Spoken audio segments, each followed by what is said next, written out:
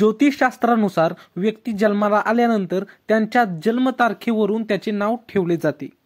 ग्रहाच्या बदलत्या हालचालीमुळे त्या व्यक्तीची रास आणि नाव अक्षर आपल्याला सहज मिळते। एखाद्या व्यक्तीच्या नावावरून त्याची ओळख ठरते। असे म्हटले जाते की नावाच्या पहिल्या शब्दावरून व्यक्तीचा स्वभाव कळतो। तसेच त्या व्यक्तीचे करिअर, त्याचा स्वभाव आणि भविष्य याविषयी माहिती सहज मिळते।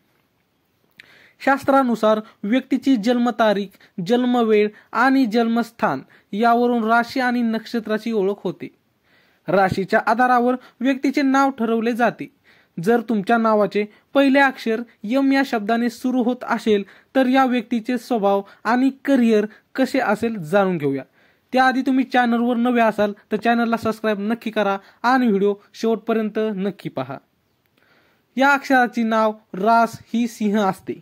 ज्योतिषशास्त्रानुसार म या अक्षरावरून सुरू होणाऱ्या व्यक्तींचा स्वभावामुळे खूप भावुक असतात। आपल्या आयुष्यात मित्र आणि जोडीदाराला अधिक महत्त्व देतात। हे लोक अधिक महत्त्वाकांक्षी आणि उत्साही असतात। मनाने निर्मळ असतात। यांना गोष्टी फिरवून बोलण्याऐवजी थेट बोलणे जास्त आवडते। त्यामुळे अनेकांना त्यांच्या बोलण्याचा राग येतो। या व्यक्तींना राग पटकन येतो। त्यांच्या बोलण्यामुळे अनेक जण दुखावले जातात। दिसायला सुंदर आणि आकर्षक असतात। त्यांचे व्यावसायिक जीवन, म या अक्षरांच्या लोकांच्या कार्यक्षेत्राबद्दल बोलायचे झाले तर ते अतिशय शिस्तप्रिय असतात। त्यांना कामाचे नियोजन करायला अधिक आवडते। त्यामुळे त्यांना बहुतांश वेळी सहज यश मिळते। यांच्यात आत्मविश्वास भरलेला असतो। कोणतेही काम करताना ते आत्मीयतेने करतात। त्यांचा हा आत्मविश्वास त्यांच्या यशासाठी महत्त्वाचा ठरतो। प्रेम जीवन, म या अक्षराच्या नावाखाली लोक घर, परिवाराची विशेष काळजी घेतात। प्रेम जीवनात त्यांचा अपयश येते। प्रेमात ते अधिक इमानदार असतात। विवाह काहीसा उशिरा होतो। वैवाहिक जीवन शांत आणि स्थिर असते। प्रेमात यांना अधिक समस्यांना सामोरे जावे लागते।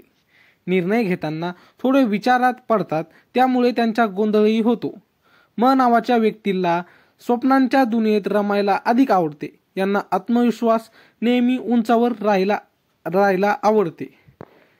तर मित्रांनो, तुमचे नाव काय आहे कमेंटमध्ये नक्की सांगा आणि असेच नवनवीन व्हिडिओ पाहण्यासाठी चॅनलला मात्र सबस्क्राईब नक्की करा। भेटूया पुढच्या व्हिडिओमध्ये, तोपर्यंत धन्यवाद।